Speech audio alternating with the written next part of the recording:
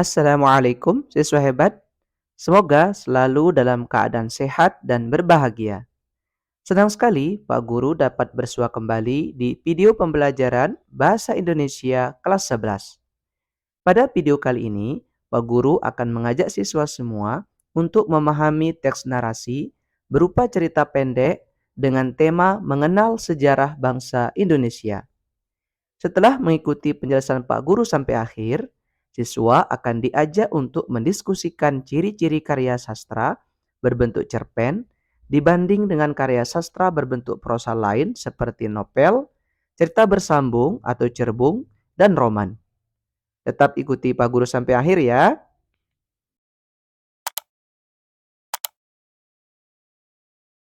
Seperti halnya karya sastra yang lain, penulisan cerpen biasanya mengambil ide dari peristiwa-peristiwa yang pernah terjadi dalam hidup manusia, peristiwa yang terjadi dalam satu kelompok masyarakat, atau peristiwa sejarah suatu bangsa.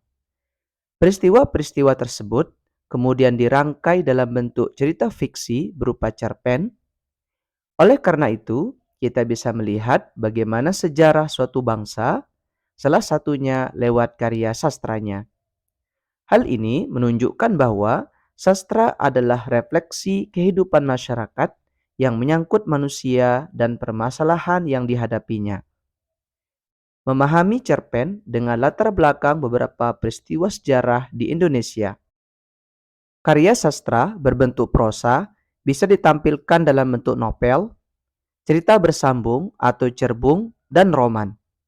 Menurut Kamus Besar Bahasa Indonesia, cerita pendek atau cerpen adalah kisahan pendek kurang dari 10.000 kata yang memberikan kesan tunggal yang dominan dan memusatkan diri pada satu tokoh dalam satu situasi pada suatu ketika. Berdasarkan pengertian tersebut, cerpen akan selesai dibaca kurang dari 10 menit dan sering disebut cerita yang selesai dibaca dalam sekali duduk. Ciri yang lain dari cerpen bisa dilihat dari segi isi. Dari segi isi, cerpen berfokus hanya pada satu tokoh utama dengan menceritakan satu peristiwa penting yang dialami oleh tokoh tersebut. Itulah beberapa ciri cerpen. Sebelum melangkah lebih lanjut, mari kita lakukan beberapa kegiatan berikut untuk mengidentifikasi ciri-ciri cerpen. Kegiatan 1, temukan informasi peristiwa sejarah yang menjadi latar belakang sebuah cerpen. Untuk memahami isi sebuah cerpen dengan latar belakang sejarah, pembaca harus mengetahui latar belakang dari peristiwa-peristiwa yang ada di balik cerita tersebut. Berikut adalah salah satu contoh cerpen yang memiliki latar belakang sejarah pada masa kemerdekaan yang terjadi di daerah Sulawesi Selatan yang berjudul Mengapa Mereka Berdoa Kepada Pohon, karya Faisal Odang. Untuk memahaminya, ada 6 pertanyaan yang perlu kita ketahui jawabannya.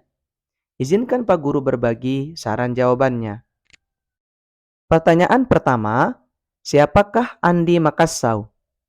Jawabannya, Andi Makassau Parenrengi adalah tokoh yang berasal dari Parepare, pejuang kemerdekaan Indonesia di daerah bekas Ajatap Pareng, sekarang Kota Parepare, Kabupaten Pinrang, Kabupaten Sidenreng, Rapang, Kabupaten Baru, dan Kabupaten Enrekang. Ia adalah bangsawan Kerajaan Supa. Pertanyaan kedua, apa yang telah dilakukannya terhadap upaya memperjuangkan kemerdekaan Indonesia, khususnya di Sulawesi Selatan? Jawabannya, peran Andi Makassau sebelum kemerdekaan yaitu membentuk dan memelopori organisasi kemasyarakatan dan politik yang bertujuan mencapai kemerdekaan Indonesia. Organisasi kemasyarakatan tersebut antara lain seperti Partai Serikat Islam di Parepare dibentuk pada tahun 1927 dan Sumber Darah Rakyat atau disingkat Sudara dibentuk tahun 1944. Setelah kemerdekaan, Andi Makassau menyatakan mendukung kemerdekaan Indonesia. Namun, pada 1946, Westerling yang melakukan pembantaian terhadap kurang lebih 40.000 rakyat Sulawesi Selatan dihadang dengan gagah berani oleh laskar-laskar di bawah kepemimpinan Andi Makassau. Karena kalah senjata dan fasilitas lain, akhirnya perjuangan itu kalah. Andi Makassau dibuang di tengah laut dalam kondisi terikat. Pertanyaan ketiga, siapakah Westerling?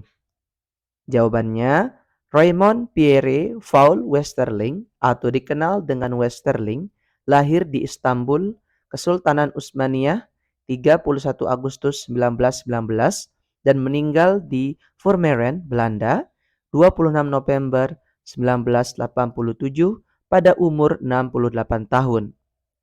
Westerling adalah komandan pasukan Belanda yang terkenal karena memimpin pembantaian Westerling tahun 1946 sampai 1947 di Sulawesi Selatan dan percobaan kudeta APRA di Bandung, Jawa Barat. Pertanyaan keempat, mengapa dia dikatakan pelaku genosida di Sulawesi Selatan? Jawabannya, Westerling disebut sebagai pelaku genosida di Sulawesi Selatan karena ia dan pasukan khusus Belanda yang bernama DST telah menghabisi sekitar 40.000 warga Sulawesi Selatan pada tahun 1946 sampai 1947. Hal ini berawal dari peristiwa pembunuhan 1.000 orang Indonesia pro-Belanda yang dilakukan pejuang kemerdekaan Indonesia di bawah pimpinan Andi Makassau. Kemudian Belanda melakukan pembalasan dengan mendatangkan pasukan DST, yaitu pasukan khusus KNIL di bawah Westerling. Tanpa segan, Westerling mengadakan operasi pembersihan yang mirip pembunuhan massal. Pertanyaan kelima, apa yang dimaksud dengan pasukan Depot Speciale Treven DST KNIL? Jawabannya, DST Depot Speciale Treven di bawah KNIL adalah satuan khusus andalan militer Belanda yang terlibat aksi pembantaian di Sulawesi Selatan. DST lebih kerap disebut pasukan Baret Hijau yang biasa dikirim ke daerah-daerah konflik yang membutuhkan operasi khusus seperti halnya di Sulawesi Selatan yang dipimpin oleh Westerling. Pertanyaan keenam, mengapa Depot Speciale Treven DST KNIL dikatakan sebagai pasukan yang penuh dengan kekejaman? Jawabannya, DST merupakan pasukan yang penuh kekejaman karena pasukan ini kejam dalam membunuh tanpa dibekali data intelijen cukup. Operasinya membabi buta dan dikenal brutal ketika ditugaskan melawan musuh. Siswa hebat, itulah latar belakang cerpen berjudul Mengapa Mereka Berdoa Kepada Pohon, karya Faisal Oddang. Setelah memahami peristiwa sejarah yang menjadi latar belakang cerpen ini, maka selanjutnya kita masuk ke kegiatan kedua, yaitu membaca dan menyimak cerpennya. Siswa dapat melihat teks ceritanya di buku paket halaman 57 sampai 62. Mengapa mereka berdoa kepada pohon? Cerpen karya Faisal Oddang. Aku tumbuh menjadi pohon. Orang-orang di kampung kami akan tetap percaya bahkan jika harus didebat hingga mulut berbusa. Mereka mulai mempercayainya sejak tahun 1947. Kini, pohon asam itu sudah besar dan semakin tua. Kira-kira dapat diukur dengan 5 orang dewasa melingkarkan lengan untuk mampu memeluk batangnya. Hampir setiap hari orang merubut di sana mengucap-ucapkan doa yang rupa-rupa jenisnya, lantas mengikatkan kain rupa-rupa warnanya, dan berjanji membuka ikatan itu setelah doa mereka terkabul. Jadi jangan heran ketika di ranting, dahan, batang, atau tidak berlebihan jika kukatakan hampir semua bagian pohon penuh ikatan kain. Ada banyak doa di sana. Demi menjaga tubuhku ada pagar beton sedada manusia berwarna hijau lumut mengelilingi batang pohon. Para pendoalah yang membangunnya. Ketika perang kembali pecah awal 1947, yang orang-orang temukan tentu saja bukan pohon asam, tapi kira-kira seperti ini. Kami bergerombol digiring seperti kerbau. Kaki tangan kami dikekangi tali dari pilinan daun pandan. Bedil Belanda menuntun dengan moncongnya, dan sesekali mempercepat langkah kami dengan popor yang mendarat di tengkuk atau tulang kering. Kami tahu, beberapa saat lagi hidup kami akan direnggut satu demi satu. Desember 1946 baru saja dimulai ketika sebuah kabar tiba di langgar tempatku setiap hari mengajari anak-anak mengaji. Aku memberi isyarat kepada Rahim, jangan sampai anak-anak dengar, kataku memelankan suara sambil berdiri menuju belakang langgar yang kemudian disusulnya. Anak-anakku minta melanjutkan bacaannya, nanti Bapak kembali, janjiku kepada mereka. Mereka tiba di Makassar. Suara Rahim tidak pernah secemas itu. Pasukan tambahannya banyak, susulnya gemetar. Siap-siap saja, ku coba setenang mungkin, meski dadaku tentu saja kembali bergolak. Dari Makassar baru saja ku dengar kabar kalau mereka kembali ingin menguasai pusat-pusat perlawanan di Sulawesi Selatan. Kabar itu tiba beberapa minggu sebelum Rahim menyusulkan kabar tentang ketibaan pasukan khusus Depot Special Tropen DST KNIL yang mulai bergerak ke kampung kami ini. Di Bacukiki, jantung Afdeling Parepare. Bersama Rahim, bersama Laskar Andi Makassar lainnya, aku pernah berjuang sebelum kemerdekaan. Dan ketika semuanya telah kami rebut, penjajah laknatullah itu kembali. Sebelum pulang, Rahim sempat menanyakan bagaimana Langgar, bagaimana anak-anak, dan sedikit mengeluh bahwa ia telah capek mengawal penduduk keluar masuk hutan. Aku menepuk pundaknya sebelum mengatakan, insya Allah semuanya akan baik-baik saja. Saya pamit, Assalamualaikum Ustaz. Aku menjawab salam Rahim lantas memenuhi janji pada anak-anak. Sayup-sayup ku dengar mereka mengeja hijaya dengan bahasa Bugis yang membuat bola mataku terasa hangat. Yasena lefue nak kedaah, Yasena lefue malefa nak kedaah. Aku mengenang bocah 5 tahunku yang gugur lebih awal, dan air mata tidak lagi bisa kucegah membuat lurik di pipiku. Telah kabar dari Rahim, menyusul kabar tiba dari anggota Laskar, yang satu ke anggota Laskar yang lainnya. Seperti suara desingan peluru beberapa tahun lalu, kabar duka dari Makassar tak henti-hentinya mendera. Kabar pertama tiba dari Borong dan Batua. Keduanya diduga tempat berlindung pemberontak, dan berbagai macam alasan tak masuk akal lainnya. Setelah itu, disusul daerah-daerah lainnya di Goa dan Takalar, dan tentu kabar buruk itu tiba tanpa pernah luput mengikutkan jumlah korban jiwa. Sebentar lagi mereka menuju ke sini, begitu laporan salah satu anggota Laskar pada suatu malam di Langgar, ketika tidak ada lagi aktivitas mengaji sejak pemerintah Belanda mengeluarkan surat edaran dan pernyataan darurat perang. Anak-anak, Papa akan memanggil kalian lagi kalau waktu mengaji sudah tiba. Sekarang libur jadi kalian belajar di rumah saja dulu. Ya. Aku mengkhawatirkan mereka dan kecemasanku semakin menjadi-jadi dari hari ke hari. Seperti pelaut yang tak pernah berhenti mencemasi angin Limbubu. Rapat kami gelar hampir setiap malam, menjelang Isya, bahkan tak berujung hingga subuh tiba. Rapat bukan sekadar rapat sebenarnya. Kami berjaga. Sebagai pimpinan Laskar Bacukiki yang berada di bawah Laskar Andi Makassar sebagai pusat perjuangan rakyat Parepare, akulah yang menyiapkan tempat dan selalu akulah yang memimpin rapat. Itu menjadi alasanku meminta anak-anak mengaji di rumah mereka, lain karena tidak ingin membahayakannya. Kita harus sadar diri, Ustadz. Hening yang lama, bahkan aku berhasil mendengar desah napasku sendiri. Masih hening, tidak ada yang menimpali apa yang Rahim maksudkan dengan sadar diri. Tetapi kemudian ia menjelaskan meski tak seorang pun yang meminta penjelasannya. Kita kalah jumlah, kalah senjata, kalah pokoknya. Jelas sekali, Rahim tidak bisa menyembunyikan kecemasannya. Ia baru saja menikah. Aku tahu karena aku yang menjadi penghulunya, aku juga tahu ia bukan mencemaskan dirinya sendiri. Ada istri, dan barangkali ada janin yang tengah ia khawatirkan. Hal itulah yang membuatku hanya bisa diam dan sesekali mengangguk, ditekukur mengantuk. Bayangan perjuangan sebelum kemerdekaan, bayangan Fatima istriku, bocah 5 tahunku Akbar, dan ingatan-ingatan lainnya kembali menghangatkan bola mataku. Teriakan tolong Akbar, teriakan Allahu Akbar Fatimah, dan teriakan keduanya setelah granat menghancurkan rumah panggung kami malam itu. Aku dituduh melatih anak-anak menjadi pemberontak hanya karena mengajari mereka mengaji. Dan setelah kehilangan segalanya, aku benar-benar memutuskan memberontak, memimpin Laskar dan berhasil meraih kemerdekaan. Ketika merasa semuanya telah selesai, aku mengumpulkan kembali anak-anak. Mereka kembali mengeja alif, bata, dengan terbata dan lagi-lagi, kini harus berhenti. Pertengahan Januari, sebulan setelah kabar dari Rahim, mereka menuju kampung kami. Waktu itu musim hujan baru saja tiba. Tapi tak ada yang berani menggarap sawah.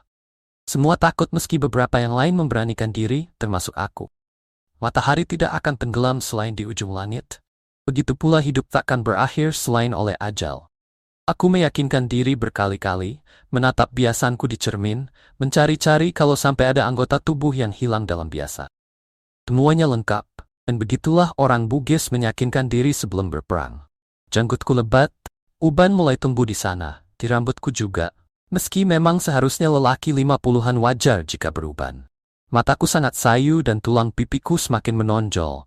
Piasan juga menampakkan luka besar di pelipisku. Keserpihan granat malam itu. Ya Hayyu ya Qayyum, wahai yang maha hidup, wahai yang maha berdiri sendiri. Aku mengucapkannya di dalam hati, berkali-kali. Sampai aku merasa benar-benar siap. Meski berkali-kali pula terhenti karena batukku yang semakin parah juga rutin mengeluarkan dahak darah. Diriwayatkan, Rasulullah mengucapkannya berkali-kali saat perang Badar.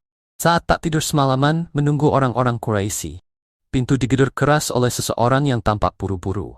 Benar saja, ketika kubuka, kutemukan Rahing tampak pucat sebelum terbata-bata mengatakan bahwa si jagal dari Turki sudah di perbatasan dan berusaha ditahan oleh laskar. Ia kemudian melanjutkannya dengan, "Saya harus amankan istri saya dulu, Ustadz, maaf."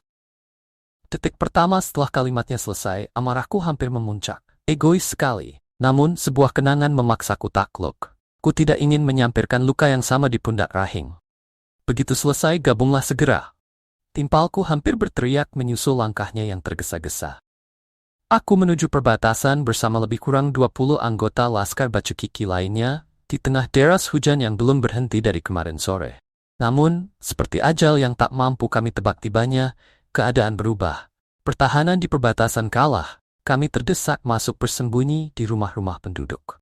Hal itulah yang kusesali. Penduduk yang menampung kami waktu itu juga digiring seperti kerbau ke tengah lapangan ketika sore hampir selesai. Tidak peduli perempuan dan anak-anak, tidak peduli tua dan muda. Kami berbaris di lapangan dengan lutut menumpu di tanah, dan tangan kami dikekang ke belakang. Ratusan orang diam tanpa mampu mengelak apalagi melawan, dadaku seperti pendianan menyadari semua itu. Seseorang yang tampak sebagai pemimpin DSD menuju kerumunan. Ia memerhatikan wajahmi satu persatu dalam remang, siapakah yang tengah ia cari? Aku bertanya-tanya di dalam hati. Tatapannya dingin, ia tidak seperti yang lain, yang menyeringai penuh ejekan kepada kami. Wajahnya hampir tanpa ekspresi. Mungkin, dia yang Rahing sebut sebagai si jagal dari Turki itu? Sterling yang dilaknat Allah? Dadaku semakin panas, namun aku kini seperti burung patah sayap patah paruh. Ia masih menyelidiki wajah kami satu persatu dengan diam. Tangannya memegang Browning P35 yang sesekali ia gunakan ujungnya untuk mengangkat dagu jika ada dari kami yang menunduk. Tiba-tiba pistol itu meletus, suaranya memekakkan telingaku, dan bau mesiu sontak menguar di susul tubuh perempuan rubuh di depanku. Dia istri pemberontak. Hanya itu yang kutangkap dari bahasa Indonesianya yang kacau balau lagi pelan. Suasana mulai ricuh. Beberapa orang berusaha melarikan diri sebelum tubuh mereka jatuh menimpa tanah dengan darah yang bercampur air hujan. Puluhan nyawa dicampakkan seketika, kurang dari 5 menit. Ketika pasukan-pasukan DST itu kembali dapat menenangkan situasi, interogasi berlanjut dan bedil mereka mengantar tubuh-tubuh tak berdosa satu persatu menuju maut. Malam semakin larut ketika hujan bertambah deras, juga petir yang beberapa kali menyambar disertai badai. Hal itu membuat beberapa DST kerepotan, dan tentu saja keadaan kembali ricuh. Di dalam gelap itulah, mereka menembaki kami tanpa iba. Teriakan dan erangan berganti saling sahut. Aroma anyir darah menguar bersama mesiu. Besoknya hujan reda dan ratusan mayat bergelimpangan di tengah lapangan. Kecuali tubuhku yang hilang karena aku suci bagi orang di Batu Kiki. Beginilah Ustadz Syamsuri semasa hidupnya. Seperti pohon asam, buahnya jadi bumbu masak, daunnya jadi sayur, rantingnya jadi kayu bakar dan batangnya bisa jadi papan atau tiang rumah. Air mata Rahing jatuh menyampaikan itu semua kepada warga yang merubut di tengah lapangan. Menyaksikan pohon asam yang mulai tumbuh di sana beberapa bulan setelah DST angkat kaki dari Parepare. Sebaik-baiknya manusia adalah orang yang bermanfaat bagi sesamanya. Lanjut Rahing terisak. Arwah Ustadz Syamsuri di lapangan ini tumbuh jadi pohon asam, pohon yang penuh manfaat. Tubuhnya naik ke langit. Menyesal aku tak syahid bersamanya. Mari berdoa untuk beliau. Al-Fatihah. Sejak hari itu orang-orang berdatangan dan semakin rajin berdoa di sana hingga sekarang. Puluhan tahun kemudian. Padahal malam itu aku berhasil melarikan diri ke Onderafdeling Wajo dan meninggal di sana karena tuberkulosis yang tidak mampu lagi kulawan. Aku meninggal beberapa saat setelah Jenderal Simon Spoor sebagai pimpinan agresi militer Belanda menghentikan darurat perang di Sulawesi Selatan pada bulan kedua tahun 1947. Makassar, 2015, Kompas. Edisi 21 Februari 2016. Siswa hebat, kegiatan satu memahami latar belakang sejarah cerpen, mengapa mereka berdoa kepada pohon, dan kegiatan dua membaca dan menyimak cerpennya sudah selesai kita tonton bersama. Demi menguatkan pemahaman siswa semua, Pak Guru berikan kesimpulan. Yang pertama, menurut Kamus Besar Bahasa Indonesia, cerita pendek atau cerpen adalah kisahan pendek kurang dari 10.000 kata yang memberikan kesan tunggal yang dominan dan memusatkan diri pada satu tokoh dalam satu situasi atau pada suatu ketika. Kedua, ciri-ciri cerpen ialah jumlah katanya kurang dari 10.000, dibutuhkan waktu membaca kurang dari 10 menit, berpusat pada satu tokoh saja, dan hanya berisi satu peristiwa penting. Kesimpulan ketiga, latar belakang sejarah cerpen, mengapa mereka berdoa kepada pohon, yaitu menceritakan petikan peristiwa perlawanan masyarakat Sulawesi Selatan yang dipimpin oleh Ustadz Syamsuri di bawah pasukan Andi Makassau kepada penjajah Belanda yang dikomandoi oleh Raymond Pierre Paul Westerling. Cerpen ini juga menggambarkan kekejaman pasukannya Depot Speciale Troepen kepada pribumi. Di akhir ini, Pak Guru berpesan, ceritakanlah sejarah bangsamu, itulah salah satu cara menyuburkan cinta kepada negaramu. Terima kasih sudah menonton, semoga bermanfaat. Wassalamualaikum warahmatullahi wabarakatuh.